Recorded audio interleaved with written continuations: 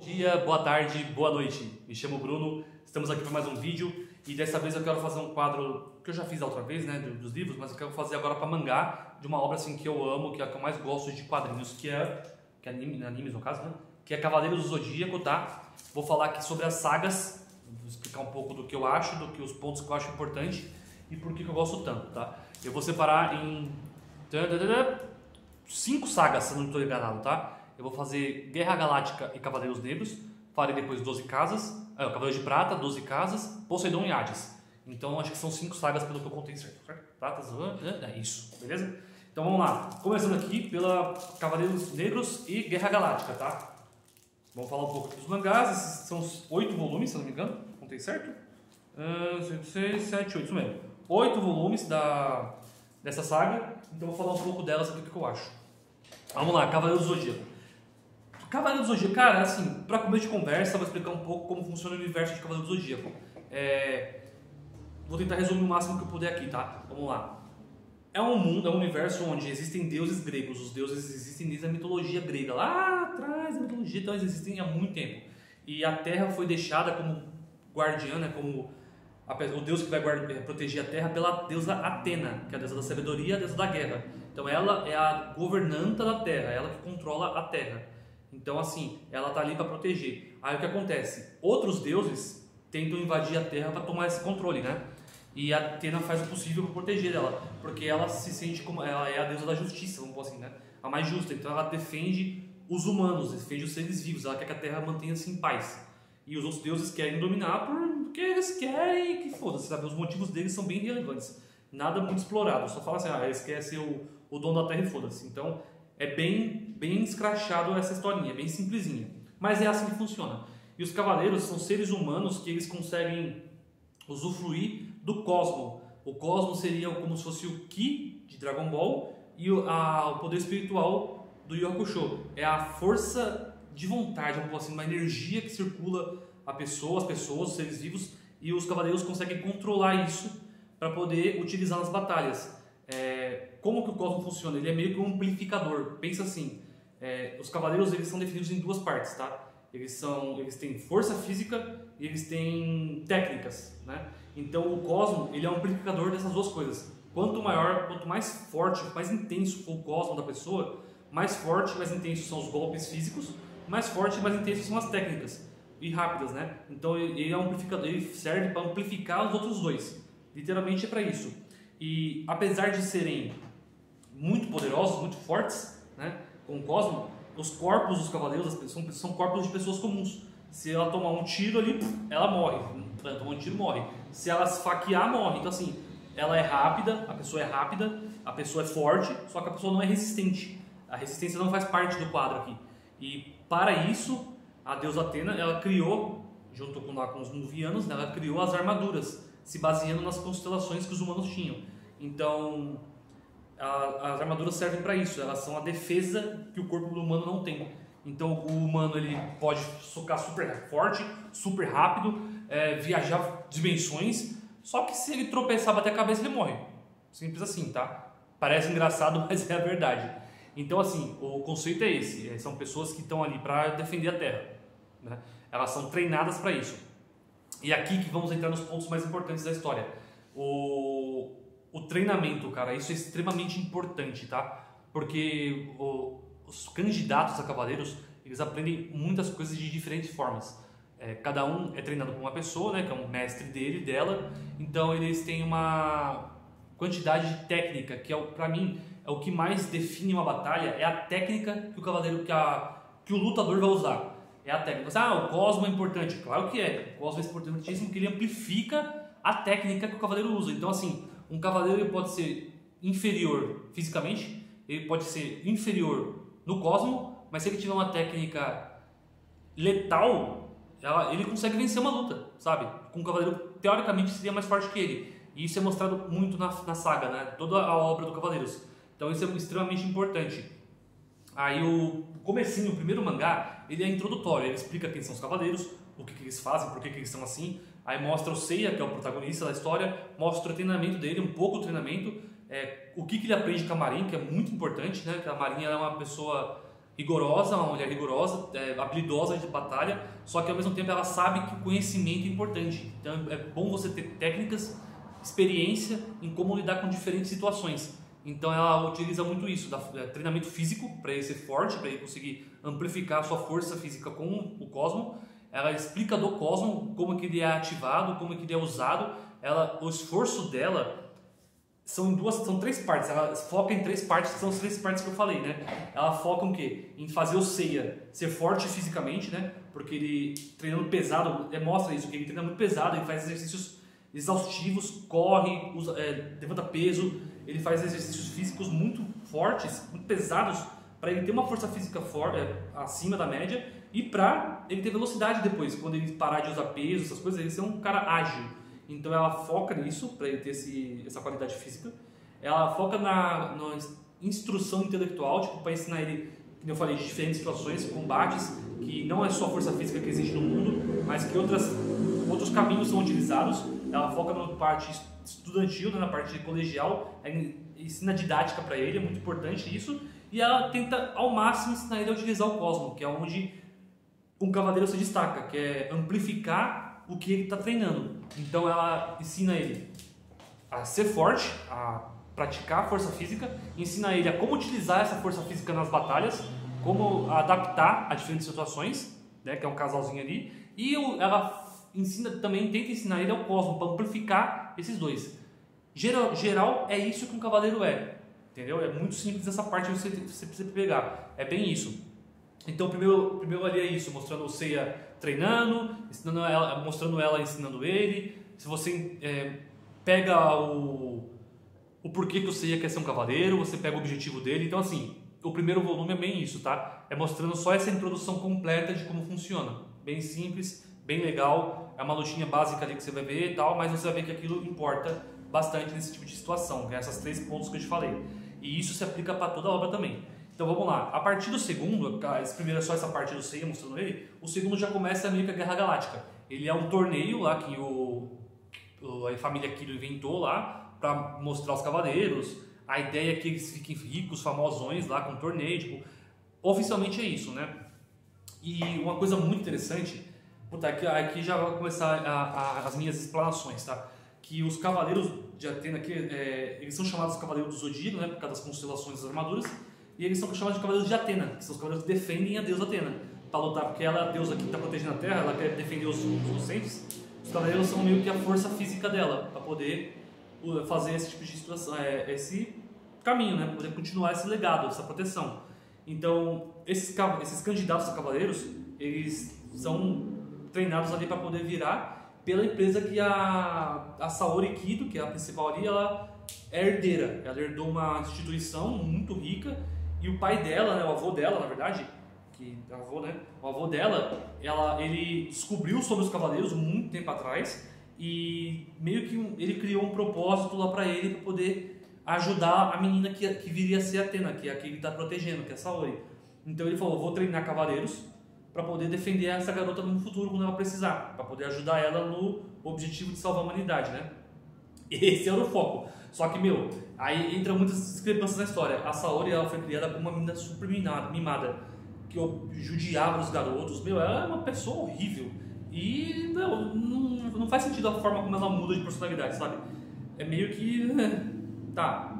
Porque o que acontece? A Saori, ela é uma reencarnação da deusa. Ela tem o espírito, tem a alma, tem os poderes da deusa Atena, só que ela é uma ser humana. Ela nasceu, ela tem um corpo físico. Então ela pode morrer que nem os cavaleiros, com um tiro, com uma pedrada na cabeça, dar uma conclusão ali e se lascar. Então ela tem um corpo físico normal. Ela foi criada como uma criança normal, sem saber que ela é Atena, e ela é super mimada, sabe? Aí depois que ela descobre que é a Atena, ela fala, agora eu tenho que salvar todo mundo, agora eu tenho que ser boazinha, agora eu tenho que ser legal. Tipo, mano, é muito forçado, sabe? Mas, vamos seguir a obra, né? Vamos seguir a obra. Aí, o que acontece? Essa empresa do Mitsumasa, lá do avô dela, ele sequestra 100 órfãos do mundo, ele vai nos orfanatos do mundo e fala assim, ó, tá órfão aqui, eu quero esse, eu quero aquele, eu só quero os moleques, sabe? Ela começa a pegar órfão pra caramba do mundo, assim, trazendo pra ele, que ele quer enviar pros lugares pra poder virar cavaleiro. E aqui é uma teoria minha. As armaduras, pra mim, elas são escondidas, tá? Elas não são reveladas no mundo. Nem o santuário sabe ao certo onde estão todas, porque muitas estão espalhadas pelo mundo e alguns cavaleiros só que sabem a localização delas para poder passar para quem são dignos, né? Pelo menos pelos ideais deles. Tanto que tem duas provas aqui para mim que são muito cruciais para essa minha teoria. A primeira é o Doco de Libra. Ele é o cavaleiro de ouro, né, de Libra. Ele protege lá a cachoeira lá de Rosan, lá que tá os espectros e tal. E ele sabe onde está a armadura de dragão, que está embaixo da cachoeira, dentro da cachoeira lá, banhada pela cachoeira de Rosan. Ele sabe que está lá, então ele é o único que sabe que está lá, ninguém mais sabia. As armaduras não ficam enclausuradas num lugar só para ser distribuídas, sabe? Então ele sabia que estava lá, ele treina o Shiryu e vê nele um guerreiro digno de herdar aquela armadura. Quando ele treina, o treinamento dele finaliza, ele fala, não, agora você é um cavaleiro, você domina as 3 partes que eu disse lá que eu falei, ele dá a armadura para o Shiryu. E a mesma coisa acontece com o Yoga. Ele não sabe onde está a armadura dele. Ele treinou para ser um cavaleiro, mas ele não tem armadura. Ele só descobre quando o santuário envia uma carta para ele informando a localização. Ó, a gente precisa que você faça tal serviço, só que para você, sem ser proteção, né? Se você dá proteção, a gente vai te dar a armadura de cisne, que é onde ele pega, que está na geleira. Então assim, as armaduras elas não são extremamente localizadas. Ó, tá aqui, Deus dará, todo mundo sabe onde está. Não, elas são bem reservadas, bem escondidas. Para mim, a única exceção a essa regra é a armadura de Fênix. Porque a armadura de Fênix, ela tá na Ilha da Rainha da Morte e ela não é escondida, ela tá lá desde sempre. Então, todo mundo quer pegá-la, só que ela é uma armadura que ela, como todas as outras, né? Ela escolhe a pessoa que ela vai proteger. E ninguém na história, aí que tá a questão, nunca houve um cavaleiro de Fênix. Nunca, nunca, nunca. Então, todo mundo sabia onde estava a armadura, porque todo mundo queria tentar ficar com ela e ninguém conseguia, porque ela não permitia. Então, ela sempre esteve no mesmo lugar, vários tentavam ir lá para pegar e ninguém conseguia. Então, essa é a pegada. As armaduras elas não são de exibição, não são fáceis de saber onde estão, sabe? Elas estão perdidas algumas, outras estão bem escondidas, tem esse tipo de coisa. E aí que entra uma coisa que eu não entendo muito bem. Essa instituição lá do cara que pegou os órfãos, ele jogou, falou, ó, eu tenho 100 órfãos, vou jogar para diferentes cantos do mundo aí e cada um tenta conseguir a armadura que conseguir, né? Que eu quero que vocês consigam a armadura, vamos lá. Então, pra mim, o que? Ele tem uma rede de informações, né? Ele tem espiões, ele tem informantes. Ele deduziu onde estariam algumas armaduras. Então ele enviou pessoas para aqueles lugares, essas crianças para aqueles lugares, para tentarem ver se tinha armadura lá e se conseguiam passar pelo treinamento. Aí uma coisa que é muito interessante, que não é confirmada, que é uma teoria minha também, diz num determinado momento do mangá, que dessas 100 crianças enviadas para virar cavaleiros, somente 10 conseguiram e responderam o chamado. Falou, ó, conseguimos a armadura. Então os outros 90, teoricamente, é considerado morto, mas eu não penso assim. Pode ser que no local que eles foram enviados não tinha nada, não tinha armadura, não tinha lugar nenhum. Eles simplesmente, outros podem ter fugido, ó, cheguei aqui, não estou mais sendo controlado, vou embora, sabe? Então, pra mim, isso aconteceu muito. Não é que todos morreram, é que eles simplesmente, a maioria não quis ser cavaleiro e não tinha objetivo para isso. Simplesmente fugiu ou não achou, podem ter morrido também, mas eu acho que é mais plausível pensar dessa forma. E esses 10 que voltaram, todos eles tinham objetivos pessoais. Isso que é uma coisa bacana. Os cavaleiros, eles têm objetivos pessoais. Eles não são tipo, eu sou livre de toda a ambição do mundo, só vou fazer o bem porque eu quero. Não. Todos eles tinham objetivos pessoais. O Seiya queria encontrar a irmã, ele só se tornou um cavaleiro porque foi prometido a ele que se ele conseguisse virar um cavaleiro, iam devolver a irmã dele para se reencontrar. Então ele tinha esse objetivo. O Shiryu se viu muito no mestre dele, ele se apaixonou pelo mestre Doku, viu que é um cara de respeito, um cara de inteligência, então ele queria dar orgulho pro sensei dele, pro mestre. Então ele treinou para ser um cavaleiro em respeito ao mestre, para ele ser um orgulho mesmo, pro mestre ter orgulho dele. Então ele queria demonstrar toda a gratidão pro mestre de respeito que deu por ele, pelo carinho. Ele queria demonstrar isso como ser um cavaleiro bom. Então tem isso. O Yoga queria ver a mãe. O Shun tinha a mesma pegada que o Seiya, de ver o irmão. E o Ikki também. O Ikki também estava treinando duro para poder encontrar com o Shun depois. Tem todo o final trágico lá que acontece com ele, né? Para ele virar meio com um loucão. Mas o objetivo principal do Ikki era esse, era sobreviver ao treinamento para encontrar o irmão dele depois. Então todos os Cavaleiros de Bronze principais, pelo menos, têm as suas motivações reveladas e elas são egoístas, sabe? São pessoais. Não é porque querem salvar o mundo e somos os heróis, não. Objetivos pessoais, tá? Que impulsionaram eles a se tornarem cavaleiros. E isso eu achei incrível. Só que diferente dos Cavaleiros Negros, esses Cavaleiros de Bronze, mesmo com objetivos pessoais, eles pensam nos outros também. Não é porque eu quero salvar minha irmã, o Seiya é um ótimo exemplo. Não é porque eu quero salvar a minha irmã, encontrar minha irmã, eu preciso vencer tudo de qualquer jeito, que eu vou ser um cara cruel, que eu vou matar indiscriminadamente para poder ver, conseguir esse objetivo. Ele vence, ele quer vencer a todo custo o Shiryu na luta deles, e no momento que ele ganha, ele já faz o possível para salvar o cara. Tipo, ele fala, mano, eu não preciso matar ele para conquistar meu objetivo. Eu posso ser um cara bom e mesmo assim lutar por cima, por isso. Então, esse tipo de luta, esse tipo de pensamento é o que muda o pensamento do Yoga, por exemplo, que estava lá para matar eles, e muda completamente o desejo dele, a intenção, porque ele balança o objetivo dele ali, sabe? Ele fica em dúvida se aquilo que ele está fazendo é certo. Isso é muito legal, sabe? Esses conflitos. Agora vamos entrar um pouco mais na história aqui das Guerras Galácticas e do Cavaleiros Negros. Guerras Galácticas, eu já expliquei o conceito. Ali são as lutas dos Cavaleiros de Bronze entre os Cavaleiros de Bronze, os 10. Que nem eu falei, tem aqueles 3 pontos que são importantes, que aqui é totalmente exemplificado, tá? Se você pegar, pra mim, o maior cosmo de todos aí é o do Ikki. Não tem como discutir, isso é verdade. O Shun tem um cosmo muito forte? Tem, só que ele não quer lutar. Aí você vê que ali o que define é a técnica. Cara, como isso é foda. Todos eles, pra mim, têm níveis de força igualados, tá? Força física. Acho que o Gek é um pouco mais forte, né? Por questão dos músculos, que é grandão e tal. Mas aí você entra com o Cosmo que potencializa isso. E a experiência, o conceito das batalhas, né? São definidas em técnica e conhecimento. Porque se todos têm um nível igual de força física e o Cosmo amplifica isso, então, teoricamente, nada muda. Todos eles vão ser empatados. O que diferencia deles é a técnica. O Seiya, ele vence o Gek porque ele utiliza de um conhecimento que ele aprendeu com a mestra dele, de derrotar o ponto mais forte do seu adversário. Então, ele utiliza do quê? Do conhecimento para poder vencer uma luta. A mesma coisa contra o Shiryu. Cara, a luta do Shiryu com o Seiya é tão emblemática, tão boa, porque o Shiryu ele é super arrogante. Ele se acha o melhor cavaleiro porque ele foi treinado por um cara muito bom, que é o Doku. Então, ele, meu mestre era muito incrível, meu mestre era foda, eu vou ter que mostrar pra ele que eu sou tão foda quanto, sabe? Então ele tinha muita arrogância nisso. E o Seiya utiliza de diversas técnicas, ele tenta vários recursos para poder vencer o Shiryu, porque o Shiryu ele é muito apelão aqui. Ele tem um cosmo forte, ele tem a força física igual aos cavaleiros, ele tem uma técnica de soco, né? A técnica dele é amplificar o golpe físico dele. Só que ele é apelão por causa da armadura. A armadura dele tem habilidades, que é o escudo mais forte e o punho mais forte. Então o Seiya ele tem muita dificuldade, porque ele tem muita desvantagem nesses detalhes, né? Então ele utiliza de várias forças, de várias técnicas, jeitos, maneiras diferentes de atacar o Shiryu, e é muito incrível como ele é inteligente, sabe? Pô, ele consegue bolar coisas no momento, tipo, cara, indo de frente dando certo, e se for pelo lado, se eu tentar distrair um lado e pelo outro, e se atacar por baixo, se atacar por cima, ele tenta várias coisas para poder vencer. É muito, muito bom, e o conhecimento da Marine, de novo, ajuda ele, porque ela contou a história, ela ensinou história pro Seiya, de coisas que aconteceram para ele utilizar isso em batalhas, né? Como experiência, cara, muito bom. O Jabu de Unicórnio é um cara super físico, ele não chega aos pés do Shun por conta da técnica. O Shun tem uma técnica muito apelona por conta da armadura também, né? Então o Jabu é a mesma coisa que você, ele tenta de todas as formas vencer o Shun.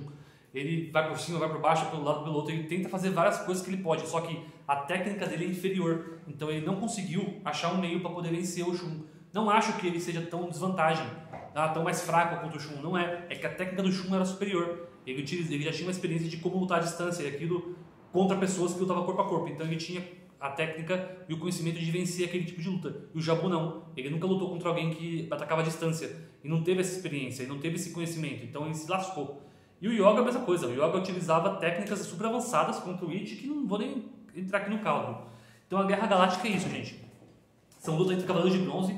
Você vê que pra mim, tirando o Ikki, que é muito fora da curva, os outros 9 são super equilibrados, tá? Eles têm força física, eles têm técnica e o Cosmo para amplificar tudo isso. Só que cada um utilizava a técnica de uma forma para poder sobressair o outro. Então os principais são vistos ali como mais fortes porque as técnicas deles eram superiores. Tirando o Seiya, que tinha uma técnica talvez inferior que a do Shiryu, nem técnica, acho que a armadura do Shiryu é superior só, mas o Seiya utiliza de técnicas diferentes para poder vencer. Cara, isso é muito incrível, como ele tem que se adaptar à situação. Então, o Torneio Galáctico é isso, mostra para você o quê? Cavaleiros com níveis iguais, eles quem ganha, quem tiver experiência e melhor técnica, a melhor forma de utilizar aquilo na batalha. Então, esse é um conceito bem simples no comecinho, onde todo mundo é meio fraco, para você entender que isso é importante, que isso vale a pena na obra. Então a Guerra Galáctica é essa, para mostrar essa parte. E aqui entramos nos Cavaleiros Negros. A Guerra Galáctica ela trava ali no meio, né? Porque o Ikki entra, faz todo bem bolado lá da história dele e vai lutar contra os Cavaleiros Negros. Os Cavaleiros Negros são candidatos, para mim, que é a opinião minha também, eles são candidatos a Cavaleiros, pessoas que tentaram se tornar Cavaleiros também, só que as ambições dele eram extremamente egoístas. Eles tinham seus objetivos pessoais, assim como os Cavaleiros de Bronze lá, né, com os protagonistas, só que eles não pensavam nos outros. Para eles não importava se eu precisar matar, se eu precisar passar por cima, eu só queria conquistar o que eu quero conquistar, sabe? Então, esse tipo de atitude, esse tipo de princípio que eles tinham, as pessoas que estavam treinando eles, os mestres, eles expulsaram, pra mim, tá? Eles expulsaram esses caras do treinamento. Falaram, ó, você não pode ser cavaleiro porque você não pensa nos outros, você tem um objetivo pessoal, beleza, é importante, só que você não pode ser assim cruel, vocês são egoístas, não são empáticos, então esses defeitos se sobressaíam. Aí que entra a questão. Como eles foram, pra mim, eles deixaram o treinamento, eles aprenderam só pela metade ou menos da metade o que é ser um cavaleiro, que é a força física deles, que é as técnicas e que é o cosmo. Então eles não desenvolveram o cosmo, não desenvolveram força física suficiente e muito menos técnicas importantes. Mas eu não digo isso para todos, tá? Porque alguns conseguiram. Eu pego, por exemplo, o Seiya contra o Cavaleiro de Pégaso Negro. O Seiya, ele tem uma técnica superior, ele esquiva de praticamente todos os golpes do Cavaleiro Negro lá, ele é muito mais rápido, ele sofre alguns lá do meteoro, mas ele vence o cara com um golpe só, sabe? Não é que o cara era frágil, é que a armadura dele é uma porcaria, né? Que é uma armadura falsa, que ele inventou lá e ele usufruiu, então ele não tinha resistência, ele era mais lento e superior, muito superior o Seiya. Só que a técnica do Cavaleiro Negro é uma técnica que o Seiya desconhecia, ele nunca tentou nada que envenenasse o alvo, sabe? Que deixasse a pessoa que sofreu o golpe perdendo aos poucos. Ele não tinha essa experiência, não tinha esse conhecimento, então é aí onde ele se lascou por causa disso. Se ele soubesse, ele não tinha evitado todos os golpes, mas ele não tinha essa experiência, foi onde ele aprendeu esse tipo de golpe. E pra mim a diferença é muito discrepante, tá? Muito discrepante. Os Cavaleiros Negros para os de Bronze. Os negros, pra mim, quando eles não terminaram o treinamento, foram deixados de lado, você vê que é muito grande a diferença. O Seiya e o Shiryu, nas lutas, eles já estão machucados da luta entre eles. Acho que não passou uma semana, não se curaram totalmente. O Shiryu, principalmente, sem sangue, quase metade do sangue dele foi embora. E eles humilham os Cavaleiros Negros, os dois, machucados. E os dois que estão inteiros, o Yoga e o Shun, nem se fala, cara, eles arrebentam. O Yoga destroça de cisne negro, não dá nem pro Shelo, tipo, o cara nem rela nele. E o de Andrômeda Negro piorou. O Shun tava segurando o Seiya com as mãos. O cara tava sem defesa, tentando salvar o Seiya lá no momento. O Cavaleiro Negro de Andrômeda bate nele e ele fica aguentando, sem fazer nada. Quando o Seiya se solta lá e ele vira e fala, bom, agora eu vou lutar com você, ele dá um golpe e ele arrebenta o cara. Então assim, os Cavaleiros Negros são super fracos, tá? Super fracos. Contra o humano normal, o Cavaleiro de Bronze, padrão, arrebenta. Contra os Cavaleiros Negros, são super fracos. Não tem por que nem justificar aqui, são bem abaixo do padrão. Então, o que resta ali é o Ikki. Aí é onde entra a minha coisa. O Ikki, ele é um cara fora da curva, né? Ele é um cara que tem força física, ele tem técnica e ele tem cosmo. E o cosmo dele, ele consegue subir o cosmo nível superior aos outros Cavaleiros de Bronze. Então os outros golpes dele ficam super mais potentes. Então o Ikki está num nível acima deles, assim, tipo de conceito geral mesmo. Das três opções ele está acima. E a luta é muito desigual. Nenhum cavaleiro dos quatro principais consegue bater de frente com o Ikki. Mas aí é o que eu falei da técnica, porque ela já é importante aqui. O Ikki ele usa o golpe Fantasma Fênix no Yoga, uma vez. Quando o Yoga recebe o golpe, ele entende como ele funciona com aquele golpe. E com a experiência, com o conhecimento, ele numa segunda vez, ele desafia o Ikki a usar aquele golpe de novo, ele consegue rebater, rechaçar. Então você vê como a técnica é importante. Se você tem conhecimento de como funciona um golpe, você consegue burlar aquele golpe, você consegue fazer revidar, você consegue ultrapassar. Então por isso que eles falam muito na obra de que um golpe não funciona duas vezes contra o cavaleiro. Por quê? Porque os cavaleiros são treinados para, se eu ver um golpe, eu sofrer aquele golpe e eu sobreviver aquilo, eu entendi como aquele golpe funciona, porque eu recebi. Então eu já começo a pensar no meios de poder passar por aquilo. E isso é fantástico, sabe? É meio que eles aprendendo na prática. Aí eu vou falar agora então os Cavaleiros Negros são isso. São os primeiros vilões da obra. só que a discrepância de poder é muito grande, eles só são mostrados para falar, ó, quem não treinou, quem não finalizou o treinamento, não se tornou nem um cheirinho ali do que poderia ser. Então eles não servem para muita coisa, são ali só para tapar buraco, sabe?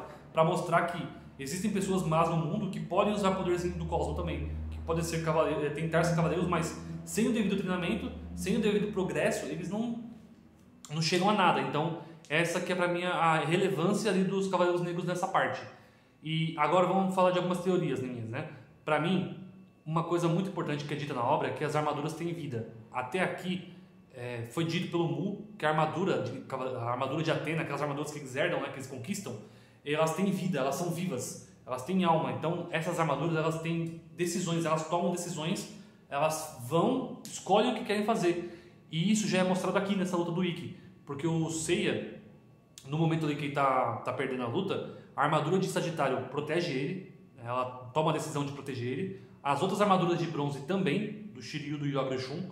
Então você vê ali já que ele imagina, né, o Seiya fala ali que os amigos estão ajudando ele. Eu discordo, os 3 estavam apagados, desmaiaram ali, e o que foi ajudar o Seiya foram as partes das armaduras. Então a armadura, ela faz o quê? A armadura tem vida, né? E com a vida ela tem o cosmo. Normalmente, geralmente a armadura, ela foca o cosmo dela para aumentar a resistência da armadura. Então, tipo assim, ela serve como uma defesa. Ela utiliza o cosmo para ser a defesa do cavaleiro, né? Para protegê-lo, que é a função básica dela, proteger o cavaleiro que ela está vestindo.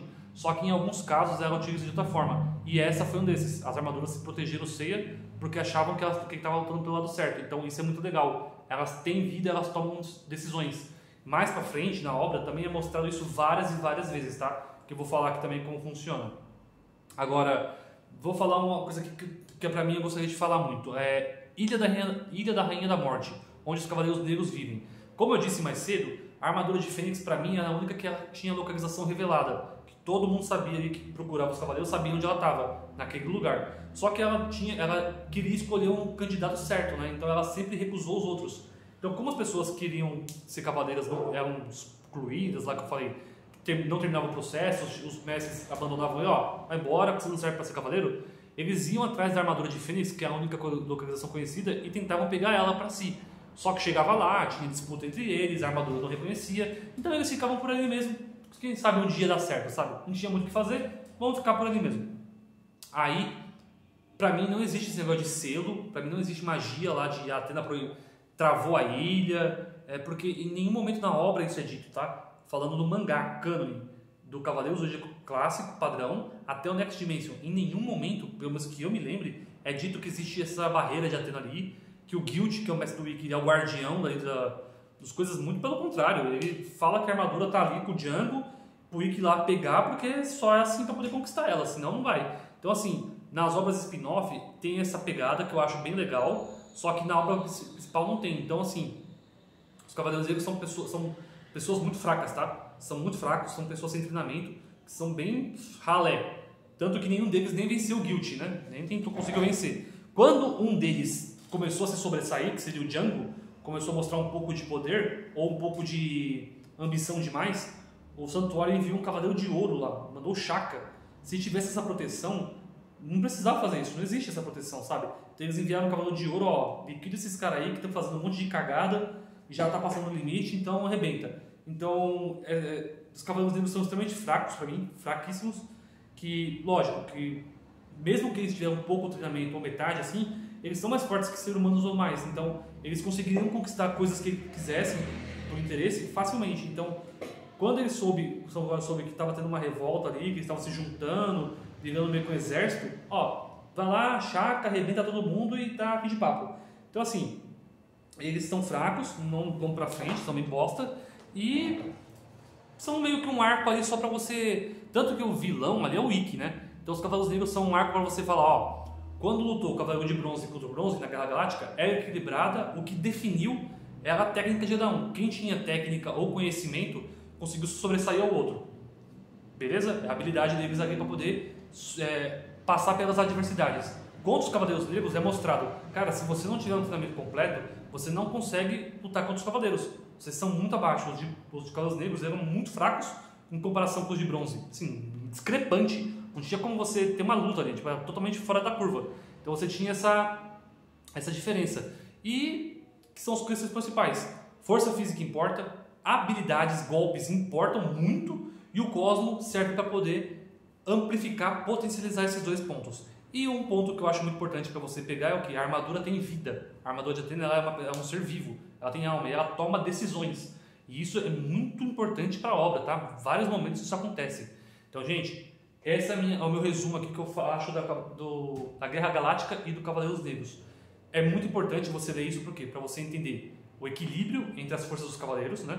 Por mais que, esse aqui é mais forte que a outra, é porque ele usa golpes, usa técnica, ou ele tem conhecimento de algo, ou experiência naquilo que diferencia, que salva ele numa luta. Então você vê que isso importa, define luta, tá? Não é porque você é mais forte que você vai vencer. Às vezes, uma técnica pode ser superior a toda a sua força e você perder mesmo sendo mais forte.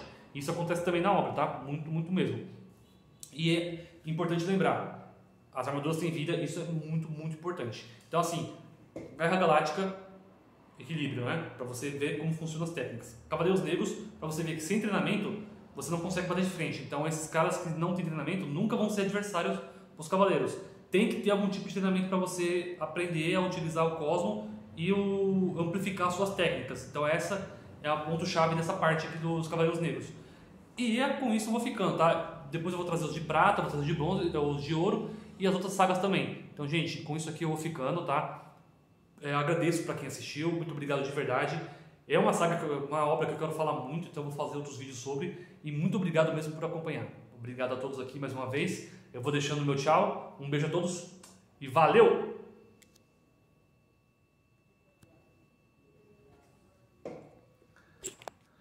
Bom, tomara que não tenha dividido de novo, né?